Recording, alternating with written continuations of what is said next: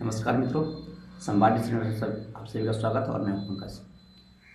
आज एक बहुत ही महत्वपूर्ण बात यह है कि लोग जैसे हमारे प्रधानमंत्री का एक नारा था कोरोना के समय में कि आपदा में अवसर ढूंढिए। जब कोरोना महामारी चल रहा था तो पूरा देश अस्त व्यस्त था, पूरा दुनिया अस्त व्यस्त था, लोगों का आवागमन बंद था, लोगों का रोजी रोजगार पे आफत आ चुका था। उस समय हमारे प्रधानमंत्री के द्वारा बताया गया था, एक नारा दिया गया था कि आपदा में अवसर ढूंढना है। मतलब अगर हमारे पास स्थिति खराब है फिर भी हम जहाँ पे हैं वहीं पे कुछ ना कुछ रोजगार, कुछ ना कुछ ऐसा व्यवस्था करना है जिससे हमें जिससे क्या हमारा जीवन चल सके, है ना। लगता है इस नारा का प्रयोग, है ना, या असर कुछ गलत लोगों पे पड़ने लगा है। आपदा का आपदा में अवसर ढूंढना। जी हाँ, मैं बात करने के लिए जा रहा हूँ कि अपने देश के उत्तरी भाग में जैसे बिहार हो गया, पंजाब, हरियाणा, जम्मू कश्मीर, उत्तराखंड, हिमाचल, है ना।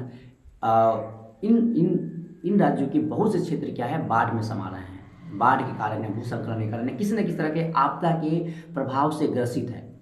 हमने देखा है पंजाब में क्या स्थिति है। वहाँ पे लगभग 1500 से ज़्यादा गांव, सॉरी 1500, हाँ 1500 से ज़्यादा गांव क्या वहाँ पे सीधे बाढ़ की चपेट में आ गए गगर नदी के कारण।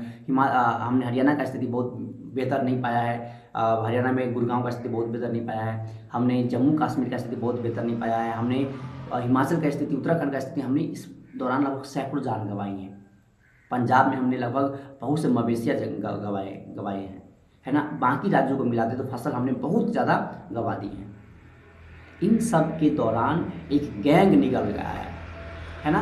वह अब चूंकि हम लोग सभी जानते हैं जब कहीं आपदा आता है अपने देश में चाहे दुनिया भर में, तो जो हम भारतीय हैं वो कंट्रीब्यूट करते हैं। 1 ही रुपया करना होता है हम करते हैं, क्योंकि हम चाहते हैं कि जो हमारे सहयोगी है, जो हमारे देशवासी, हमारे नागरिक है, चाहे जो भी मानव है, उन्हें किसी भी तरह का कष्ट का सामना न करना पड़े। इसीलिए हम लोग देखते हैं अपने स्कूलों में, अपने कॉलेजों में, छोटे छोटे संस्थानों में, है ना, बच्चे लोग क्या करते हैं, एक बैंक का स्थापना करते हैं, है ना। और उसी बैंक में सब 1 रुपया, 2 रुपया, 10 रुपया, 5 रुपया जैसे होता है अपने क्षमता के अनुसार जमा करके हम लोग जहाँ पे आपदा होता है हम उन क्षेत्रों में भेजते हैं।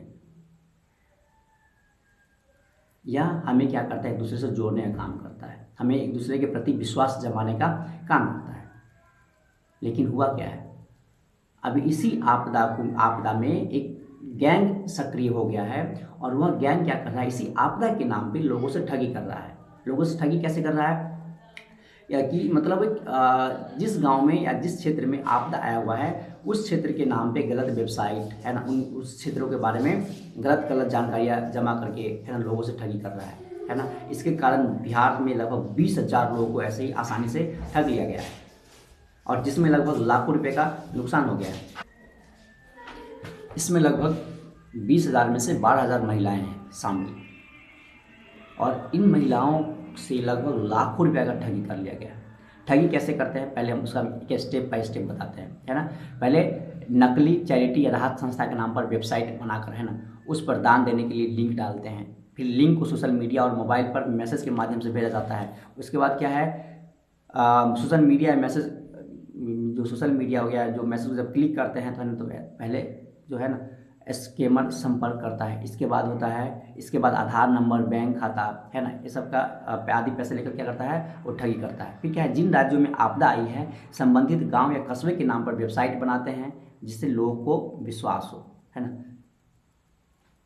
अब इसका बहुत ही दुरुपयोग हो रहा है। इससे इससे उन जो बेवकूफ़ों है, बदमाशों है ना, उन्हें यह समझ में नहीं आ रहा है। लेकिन लोग का क्या हो जाएगा, इन आपदाओं के प्रति जो लोग, अगर जो वास्तविक लोग हैं जो डिमांड कर रहे होंगे, उनका विश्वास खत्म हो जाएगा। उन्हें भी लगेगा कि ना ये भी ठगी करने के लिए आया हुआ है ना।